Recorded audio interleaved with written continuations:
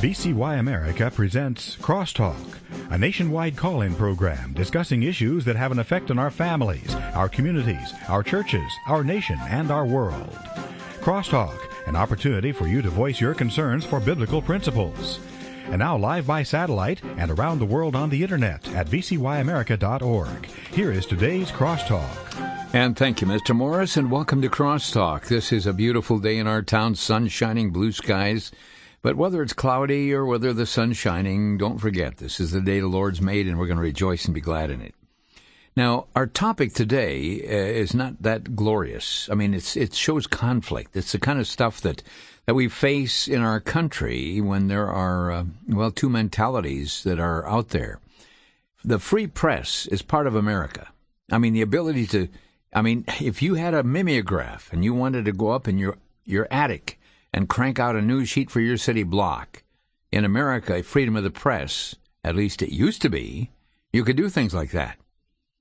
But when your printing starts to make an effect, when your publications start to have an effect, all of a sudden, out of the cemetery of whatever, come the specters of those who would seek to control the press. These spooks and goblins come around and criticize and say you have no right to do those things. And over the years, when we began in radio, of course, as a Christian station in a strongly secular market, there were a lot of people that looked on us as, well, you were not legitimate press. I remember years ago we would discuss issues. I remember the time we broke the story about an abortion clinic wanting to have larger garbage disposal units installed. And we put it on the air, and within hours the health department said no. I remember the time we talked about the story of a pet cemetery that was cremating, along with the fuzzy carcasses of cats and dogs. They were cremating little fetuses from abortion clinics. And within 24 hours after we reported that story, the health department closed them down. I mean, there's a place for legitimate news, and it can come from the conservatives. And you don't have to be a liberal to have good news. Well, today we have with us a man who knows all about that. His name is Joe Farah. He's the editor and the chief executive officer of WND, the largest independent internet news service in the United States. He's the author of the Tea Party Manifesto. And, Joe, it's a privilege to have you with us today. It's always a privilege to be with you, Vic. And, I remember working with you back before there was an internet. When we were doing battle with the Clinton administration all kinds of things back in the early 90s. And I've just been such an admirer of yours over the years, and the power of your program is just amazing. Well, Joe, it's because of the people, and we have people across the audience now on 92 radio stations coast to coast, and the people, like in Nehemiah's day, they had a mind to work, and they have a mind to work. Well, I've said it before. I've said it. I've been on the biggest shows, television and radio, that you can be on, but I've never had as much response to any show that I've ever done as I have with your program. That, to me, it really is a statement not just about you, but about your audience. Well, we praise God for that.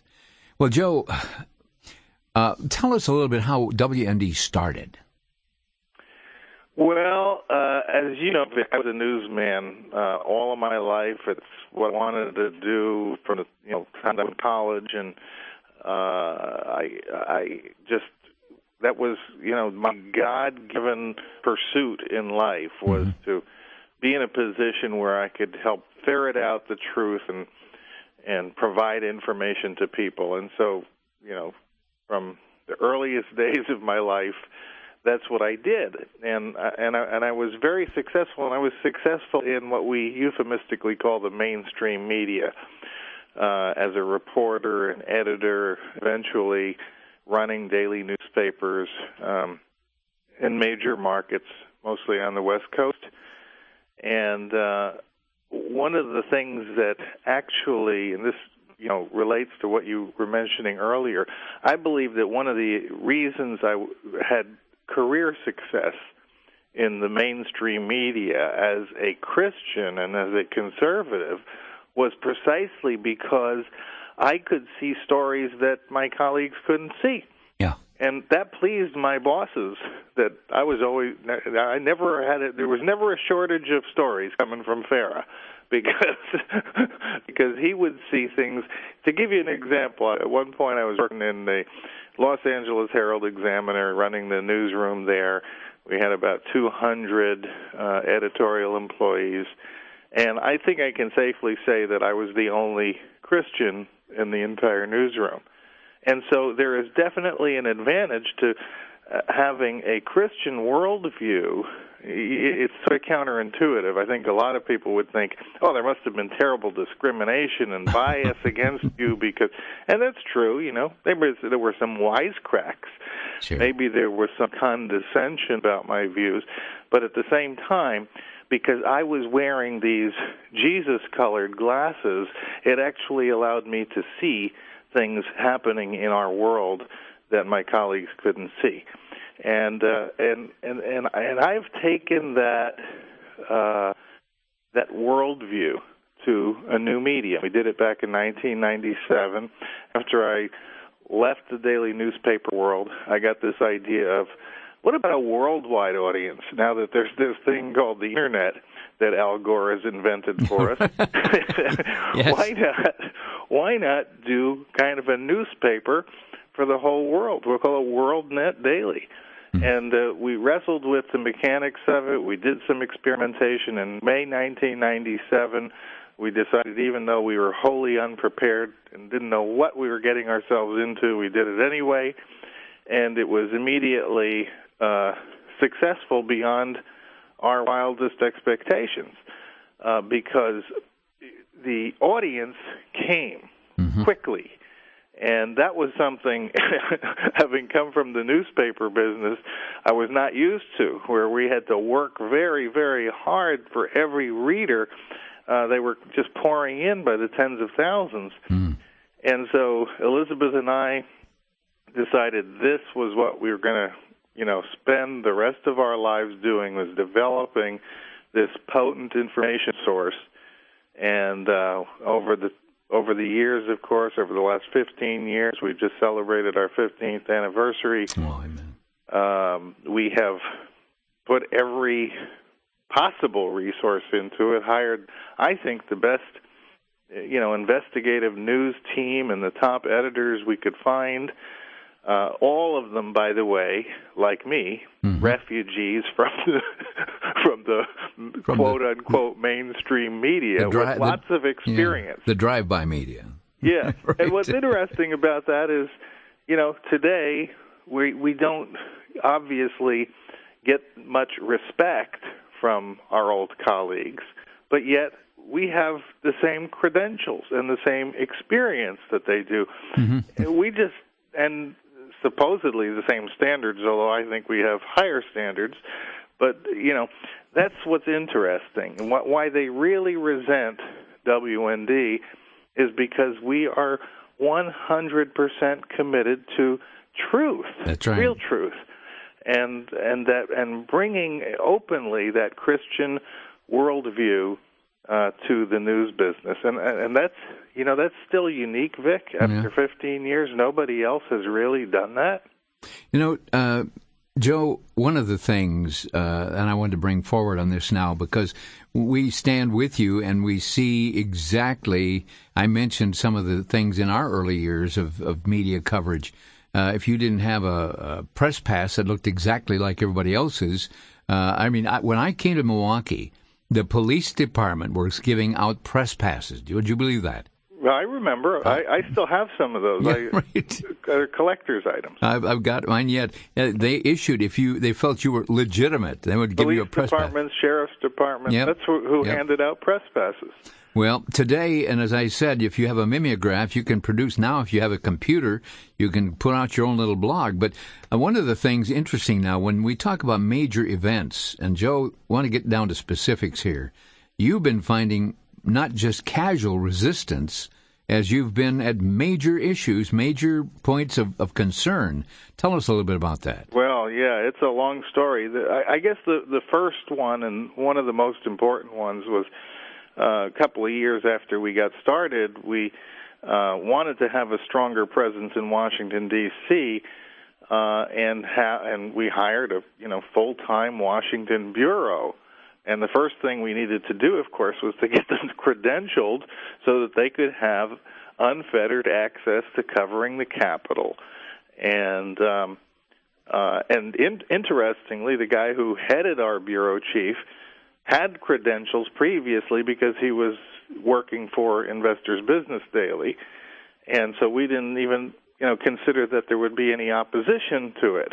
Well, we found out that since we were the first Internet news company to actually apply for those permanent credentials from the Senate Press Gallery, they acted like they didn't know what to do with us or how to treat us. Sure. And the harder we pushed, the more reasons they found for denying us. And Vic, you wouldn't believe this. For 2 solid years, we fought this battle.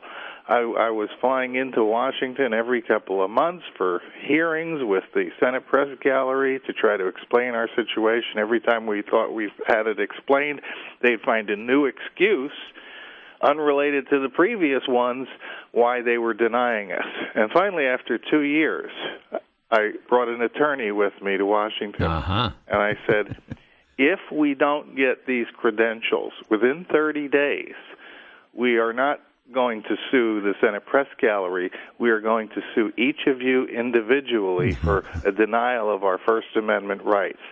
And sure enough, within 30 days, we got our credentials. But 2 years that battle went on. Since then, we've had many, many skirmishes, the most recent of which had to do with the UN. We learned a lesson, by the way, from that experience, and have been trying to hire people who were already credentialed. It's harder to deny somebody credentials who's already hired. So we hired a reporter who was working part-time for the Miami Herald by the name of Stuart Stogel to cover the UN. And he also worked for us. And we had no problems until recently when he wanted to attend a briefing with the outgoing U.S. Ambassador Rice, and he put in a request, and he was denied a request, not by the UN this time, but by the U.S. Ambassador's office. And the complaint was that they didn't like his stories. They didn't like his coverage of the ambassador. Now, here what you have is a U.S. government agency, department, a part of the administration, saying that we're not going to give you access because we don't like the way you're covering us. And so, here we are in 2012. It doesn't have anything to do with credentials anymore. They are literally, and this is not an isolated incident by any stretch of the imagination, you have gatekeepers who are trying to prevent news agencies like ours from getting the access we need to do our jobs as watchdogs. Joe Farah with us. We'll be right back in 60 seconds with more of this interesting story, talking about free press and the controlled press. Back to Genesis with Dr. John Morris, scientist and president of the Institute for Creation Research. Dr. Morris, didn't people once live to be 1,000 years old? Chris, according to Scripture, they did. In fact, of the 10 patriarchs whose ages are given before the flood, the average age is 912 years old, with Methuselah being the oldest at 969 years old. We can only surmise that there were people that lived over 1,000 years. Now, this seems far-fetched in the modern world, but there are a lot of scientists who claim that a 1,000-year lifespan is not at all far-fetched. Some scientists claim to be on the brink of being able to repair all the damage that's done to our genes, which leads to death. Often, these same scientists scoff at the biblical teaching that there were long lifespans in the past. Evidently, the Back to Genesis truth is not so far-fetched. For more on Genesis, visit our website at icr.org. This is Chris O'Brien. Thanks for going back to Genesis.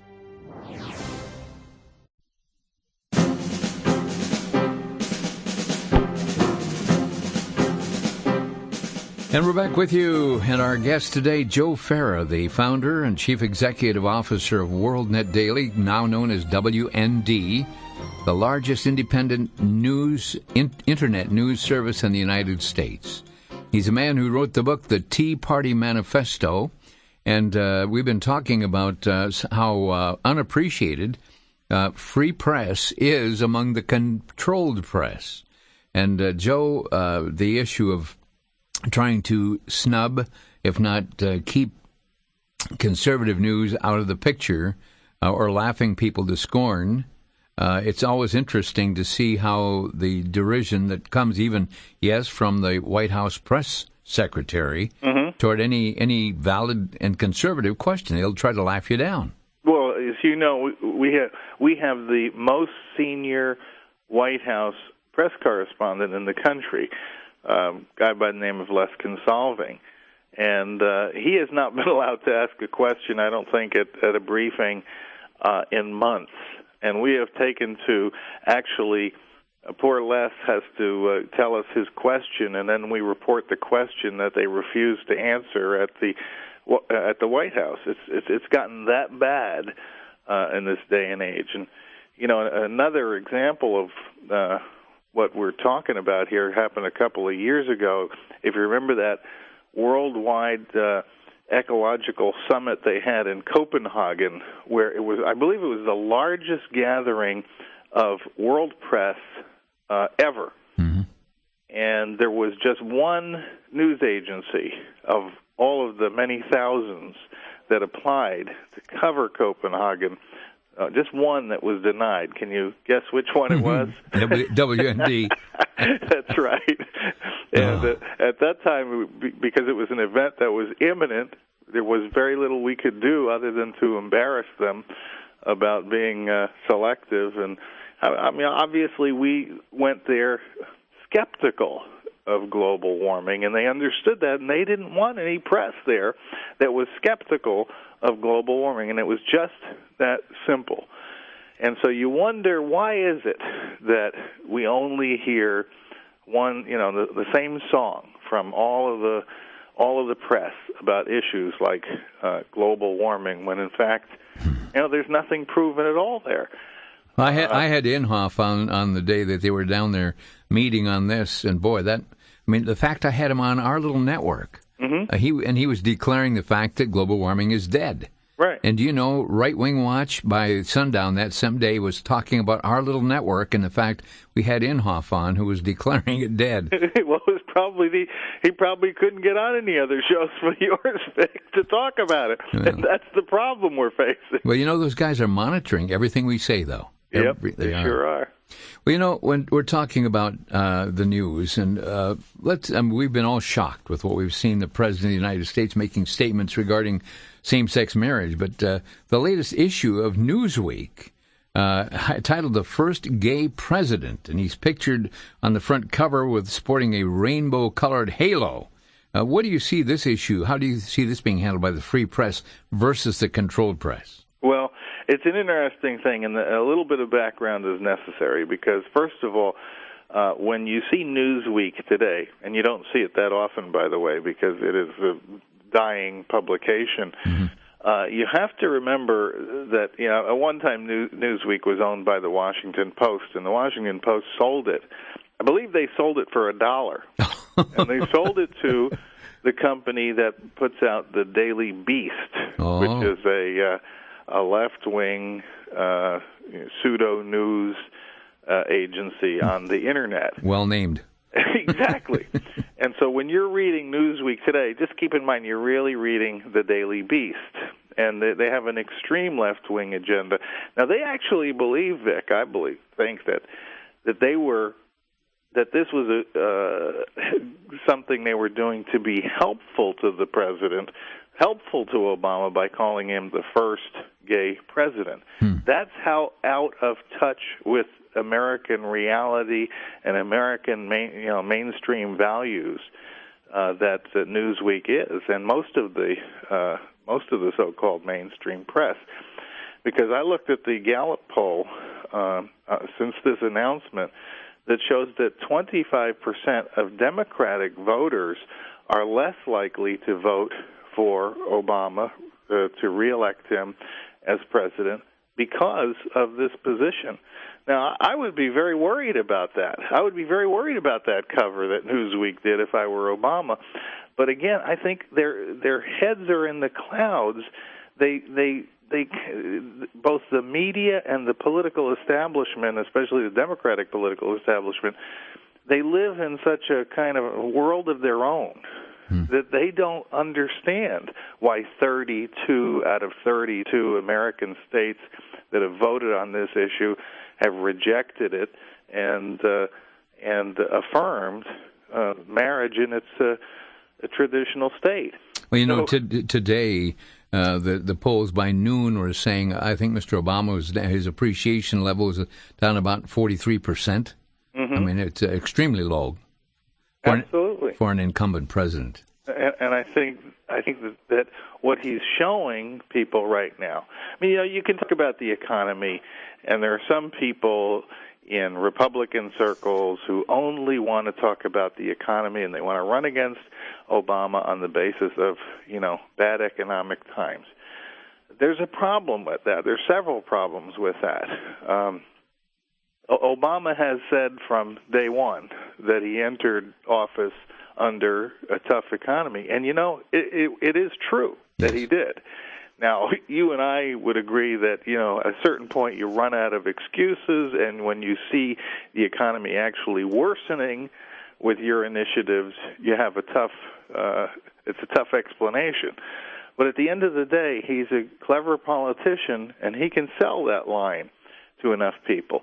But when you're talking about the kinds of intrinsic, eternal values like marriage, that the overwhelming number of American people still believe in, and even a good percentage of Democrats, I think he's really cutting his own throat. I think he is making a political miscalculation that even against opposition that may not be the strongest, he's putting his reelection at risk. Joe, I wish we could talk for 3 hours because it's so interesting to seeing what the pathway that WND has climbed, even though the difficulty and the insults and whatever. But the news is going out. How many hits do you get every week? Well, we generally measure traffic in two ways: by unique visitors, that means different people who come to our website. Mm-hmm. And the other interesting metric is the number of page views that they access. Mm-hmm. And we typically look daily and monthly as opposed to weekly, so those are numbers that are easier for me to give. Okay. But about 1 million unique visitors come every day. Oh, wow. So about 1 million different people visit every day, and they generate somewhere between 2 and 4 million page views. Over the course of a month, it's about 8 million different people and somewhere in the neighborhood of 60 to 80 million page views. That's where we are today. And folks, that's because people are hungry for truth and not this watered-down, diluted stuff. And it comes from people the Bible says that they're given over to delusion. And their mind is foggy because they only see a lifestyle that has no standards whatsoever. And every man does that which seems right in his own eyes. Well, you've got Jerry Corsi on team, who is an absolute pit bull when it comes to investigative reporting. I'm amazed. Yeah. You wouldn't want him investigating you. No, sir. I'm glad he's on my team. Yeah, right. Jerry is single-mindedly focused on what he does, and the good thing is that he also has, his goal is truth. Yes.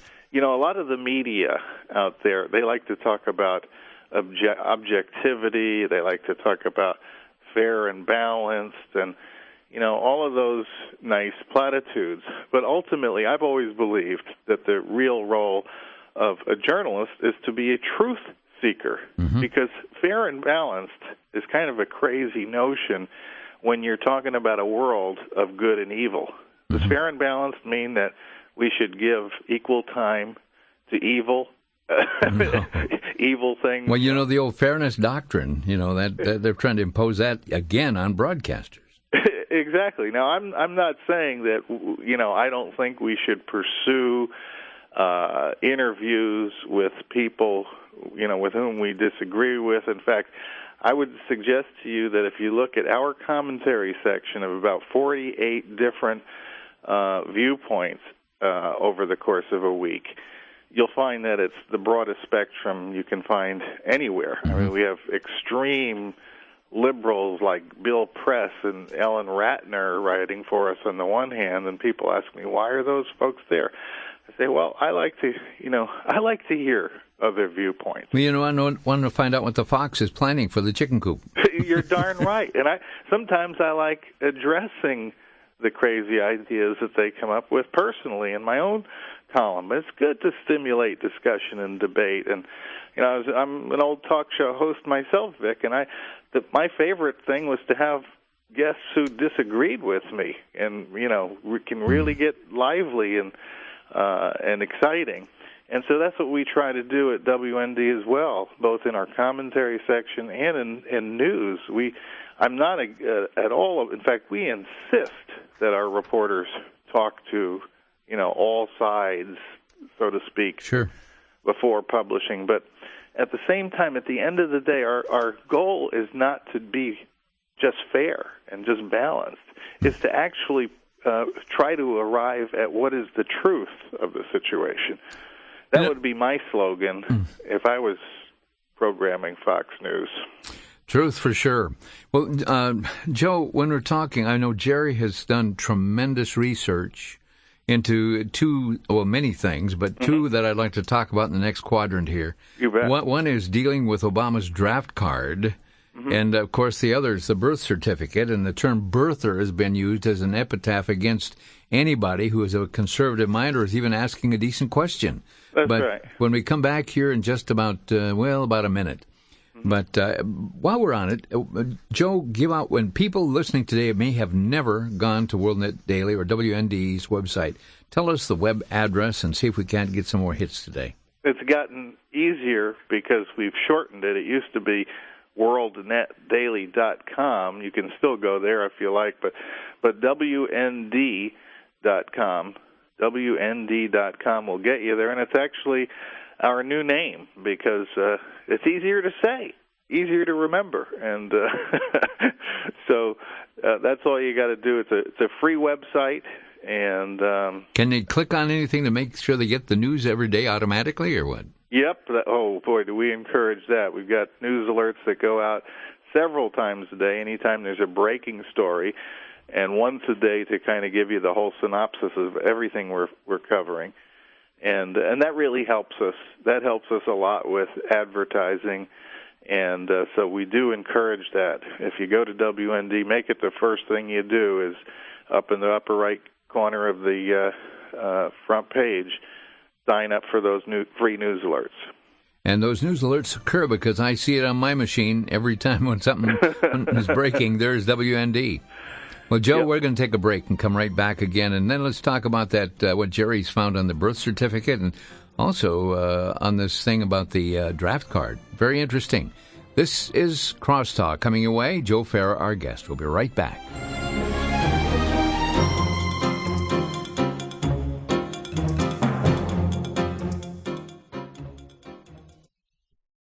Year after year, generation after generation, we as Americans enjoy the right and opportunity to let our voices be heard through the election of our governing officials. With over 200 years of peaceful transition from one elected body to another, the stability of America's republic stands alone among nations. Our founders pledged their life, their fortune, and their sacred honor in the establishment of this nation. Our country's founding documents have guided this nation and are the substance by which today's laws are judged. Do you own a copy of the Constitution? Documents of Freedom is a pocket-sized booklet containing the Constitution, the Bill of Rights, and all other amendments passed.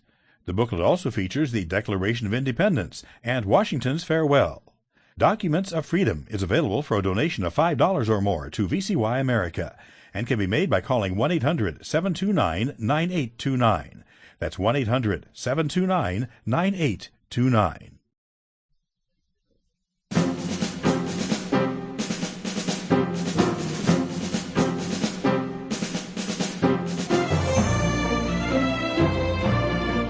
And welcome back to Crosstalk. Today we're visiting with Joe Farah, the founder and chief executive officer of WND, previously known as WorldNetDaily, now made it a lot simpler to get at, WND. And if there are issues that are happening and the attacks on our faith, the attacks on Christian principles, and covering a lot of news, a lot of secular news is out there too.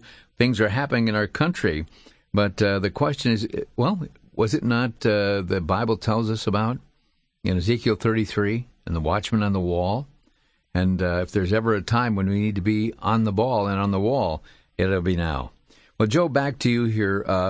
Again, Jerry has been for some time now dealing with this issue of the birth certificate. And, of course, anybody that deals with it is sneered at and called a birther.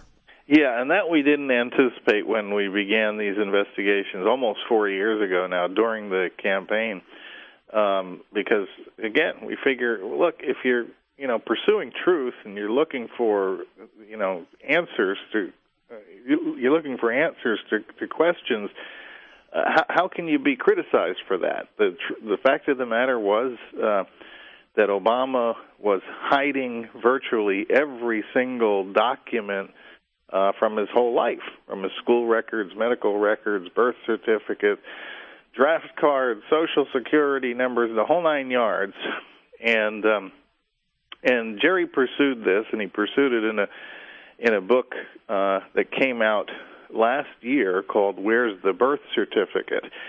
And before that book ever hit the bookshelves, it rose to become the number one best-selling book in the country on Amazon in pre-sales. And it was actually the very day that book soared to number one that was the day, according to an account in the Washington Post, that Obama decided he had to release his birth certificate. Well, we didn't jump to any conclusions when we saw that document. We hired a bunch of forensic analysis to look at it, and we concluded that it was 100% bogus and fraudulent. And finally now we have Sheriff Joe Arpaio in Maricopa County, Arizona, who has done, believe it or not, the first law enforcement investigation of this issue, and his team came to the same conclusion. It's not only a fraud, but it's a rather bad fraud, pretty obvious one. And still, with all of that evidence out there, Vic, we have 99.9% of the media in this country ridiculing us, ridiculing Joe Arpaio, refusing to, if they attend his press conference, it's to put him on the spot rather than to get, elicit the information that his 6-month investigation actually came up with. And so we're in kind of strange times, when the press, which is supposed to be a watchdog on government, is actually out there serving in kind of a public relations or propagandistic role for the government and for the political establishment. And that's kind of what we try to stand against here at WND. And to know that the news is controlled, and I'm going to say this, I have great appreciation for Sean Hannity and some of the people that are on Fox. However, we also know that there are those in high-ranking areas who say, if you want to have the show, you do what we say, and they shut it off. And we know, for instance, at Fox, which, many conservatives turn to as, what they perceive to be an alternative to the rest of the press, we know that at Fox, the memo has gone out that you can't talk about this issue of eligibility. The last time I was on, I wasn't planning to talk about this. I was on to do political analysis after one of the primaries, and I was going to be on my best behavior and just deal with the questions that were asked. However, when Sean Hannity suggested that Marco Rubio was the de facto vice presidential nominee, no matter who was the presidential candidate, I said, but there's a problem there, Sean. He's not eligible. And that was the last time I was invited to be on Fox.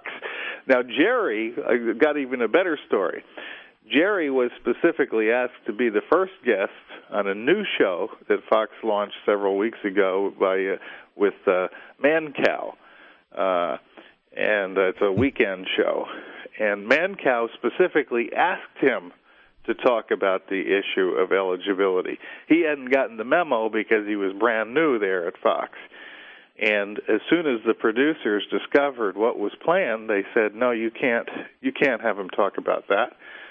So Mancow decided, okay, well, he can talk about some other things. And ultimately, they withdrew the invitation. Now, this was the guy that Mancow thought was the very first guest he should have on his very first brand new show on Fox. And yet, Jerry hasn't been on Fox for, I don't know, a lot longer than me. And it's simply because they do not want this topic broached. And you have to ask yourself, what is so dangerous about talking about facts? And the facts are that the birth certificate's a fraud. There are problems. We just found out recently, Vic, that they changed. We did a story about his draft card, and within 4 days of our story, they destroyed the draft card and a whole bunch of others. And Sheriff Arpaio now has put in a demand to preserve the microfilm versions of this because, they're really destroying evidence. Well, now, I've got a copy that came through the Washington Times, I believe it is, showing the draft card, or the alleged draft card, should I say.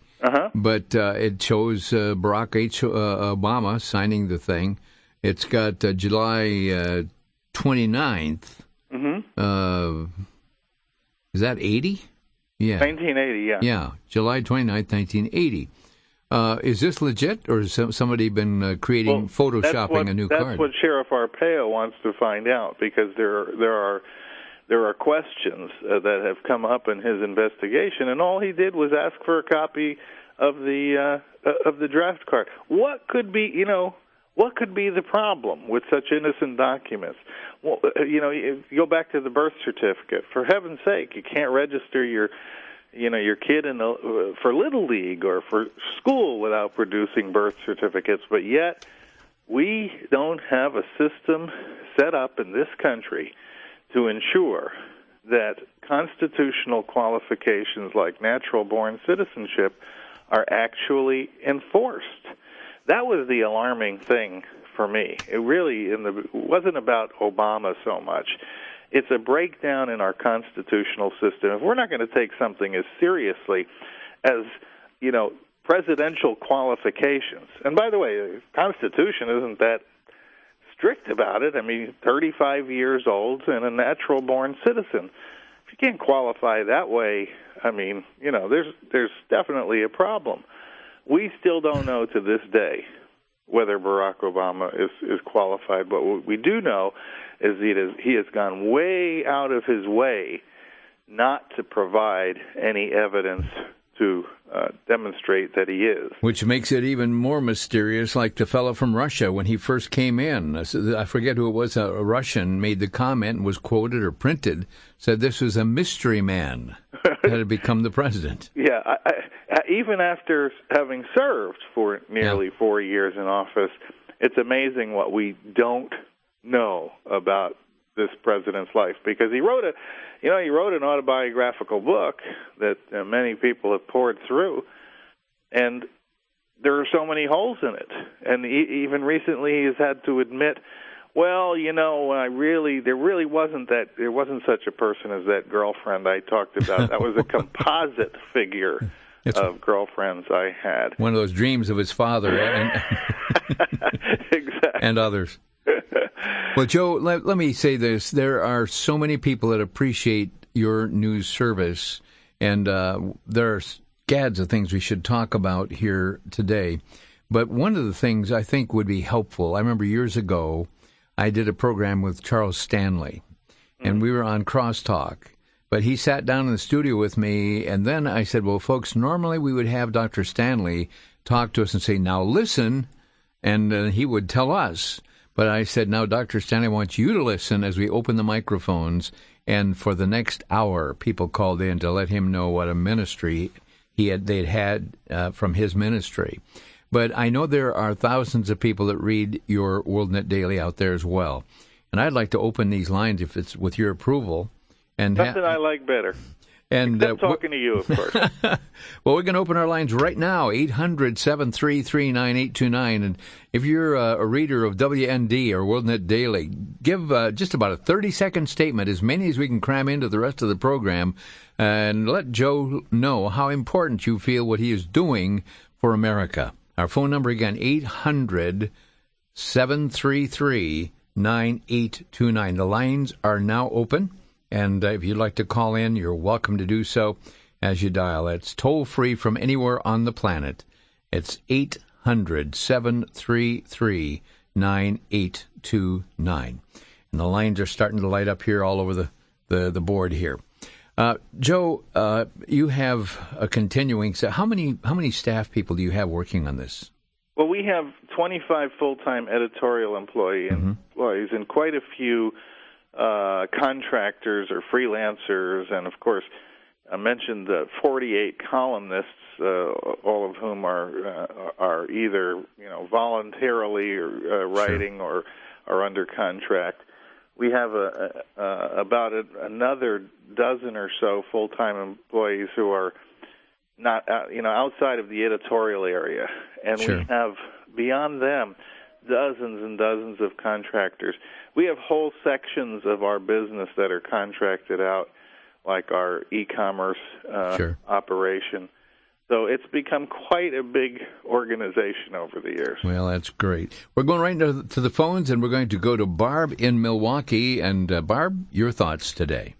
Hi, Vic. Yes. Thanks for having me. You're on. I just wanted to thank Mr. Farah. I know my husband and I, we subscribe to his emails and we read the articles daily, but we've also purchased many books, and we just really appreciate it, like books telling the truth about Islam and other books with the Christian worldview. We just appreciate it so much. I mean, I can't tell you, it's kind of the only place where you're going to hear the truth and about all different subjects.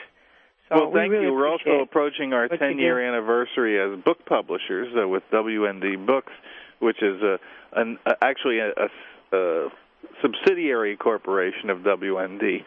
And the reason we did that was the same reason we started WND, the website, was because we felt there was a hole in our publishing industry where certain books just simply could not be published and distributed in this country. And so we set out to remedy that situation, and it really has had a revolutionary impact, not just because of the books we've produced, but it has forced, if you will, through competition, other publishers to take on controversial and edgy and conservative subject matter like we do. You know, Joe, it was 30 years ago. I had a guy named Bill Murray on our TV program, and he had just been telling the story about his life without God. Now you're reproducing his book again. It was just so good. One of the greatest books written in my lifetime, I feel. Stand by. We're going to be right back in 60 seconds. This is Crosstalk.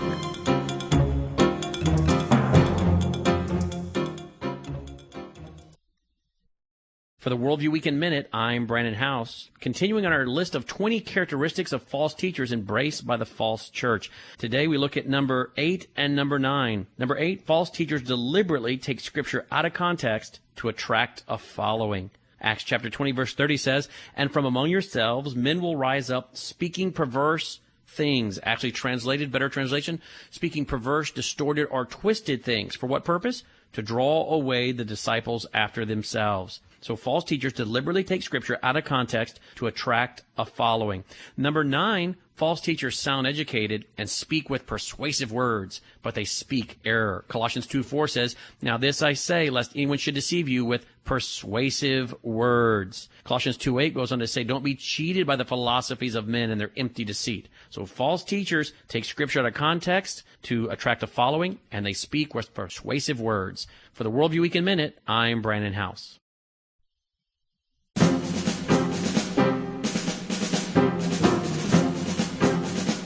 And welcome back to Crosstalk, where today we're talking live with Joe Farah, the founder and chief executive officer of WorldNetDaily, now known as WND. Let's go to Oklahoma and talk with Ray. Ray, you're on the air.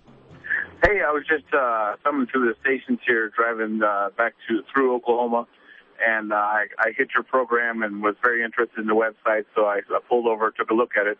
Just wondering if you have an app coming soon for an iPhone, and whether or not it'll have alerts as well. Actually, we don't have an app for the iPhone, but we do have a mobile version that will automatically appear on your iPhone, which should make viewing it very easy for you. Well, that's great. We're a little slow in the app department. Well, I've been a Fox News, no, I wouldn't say supporter, but listener, just being a conservative. But stumbling on this program, it's easy to see that it's a little more about truth, and that's what I'm looking for. So, thank you so much. Thank you, Ray, from Oklahoma and Milwaukee. Keith is on the air. Keith, you're on the air. Go ahead. Oh, yes, Mr. Farah, I appreciate it. This is Keith Christoph from Milwaukee. I just want to thank you for your powerful witness. I saw you in Appleton at the Pastors Conference up in Appleton a couple of years ago at the Calvary Chapel. Mm-hmm. And I just really appreciate your witness for Christ. It's powerful, very powerful in these last days. Well, thank you so much. And prophecy has been one of my areas of interest for many, many years. Even when I was back in the newspaper business, I was collaborating on books with Hal Lindsey and Greg Laurie and people like that, Jack Van Impe. And so I've been a student of prophecy for a good 35 years or so. Thank you so much, Keith, from Milwaukee. We're going to go back to Oklahoma City and talk with Chuck. Chuck, you're on the air, by the way. 800-733-9829 is our number, 800-733-9829. Okay, Chuck, you're on with Joe Farah. Hello? Thank you very much. Mr. Farah, I just wanted to thank you for what you've been doing with all the disinformation that we receive from other news networks. It's very nice to know there's someone out there that not only gives us the right perspective as to what's going on biblically, but also constitutionally and historically. I'm able to do constitutional awareness conferences all over the United States, and I always recommend WorldNetDaily. And so I just wanted to thank you so much that it's a reliable source that I can freely recommend to those people that attend the conferences. Oh, that is so sweet. There's music to my ears. And you know, Vic, the subject matter we began with, controlled press versus the free press, it reminds me what this gentleman just said when we talk about our constitutional heritage, that the free press, this is something people should really take home from this interview. The whole concept of the free press was birthed in colonial America. Right. When I wrote a book a few years ago called Stop the Presses, it's kind of an autobiographical thing, and I wanted to include a chapter about the history of the free press, and I didn't even realize this myself. I thought, gosh, I'm going to be researching, hundreds and maybe thousands of years of human history to figure out the derivations of this. But yet, what I found out at the end of the day, that it was the genius and inspiration of our founding fathers who recognized that a free press was absolutely essential to a free society. And imagine that they did this without a precedent before them to be able to figure it out. That's the genius of our founding fathers.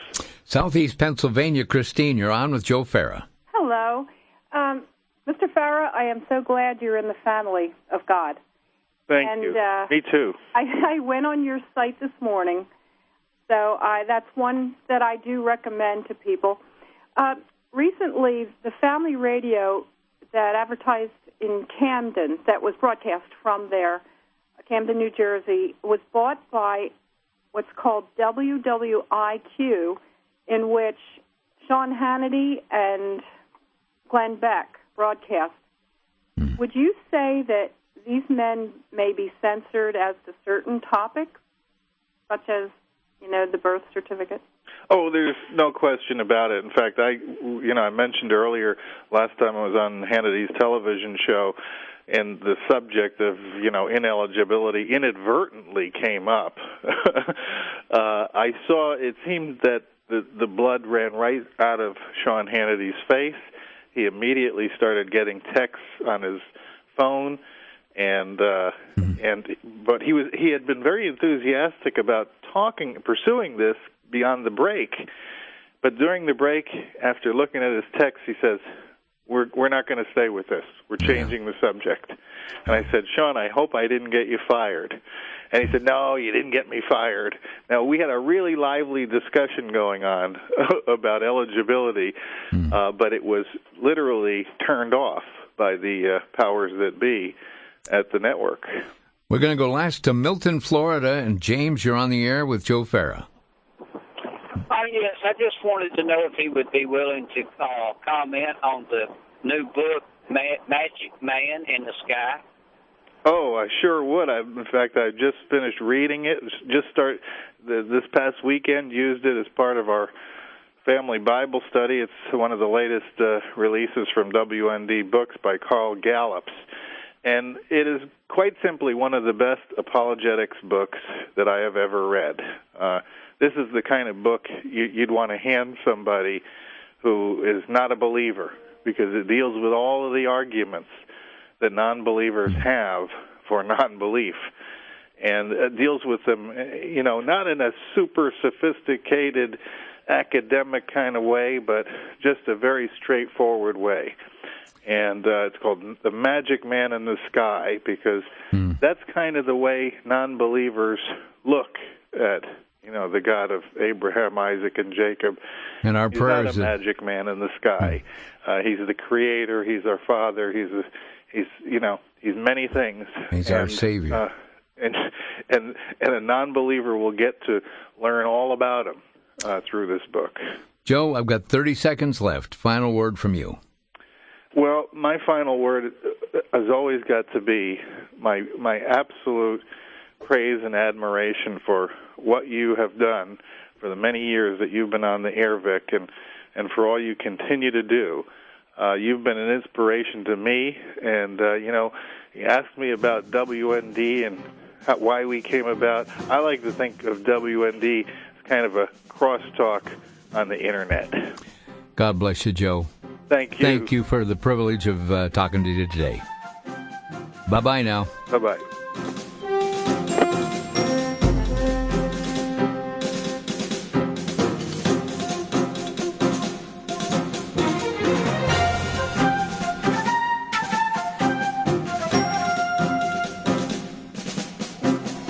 You've been listening to Crosstalk via satellite and the Internet from VCY America. Views expressed may or may not be those of this station. For a CD of today's program, send a donation of $6 or more to VCY Take Ministry, 3434 West Kilbourne Avenue, Milwaukee, Wisconsin, 53208, or download by RSS or podcast from crosstalkamerica.com. And join us again for Crosstalk.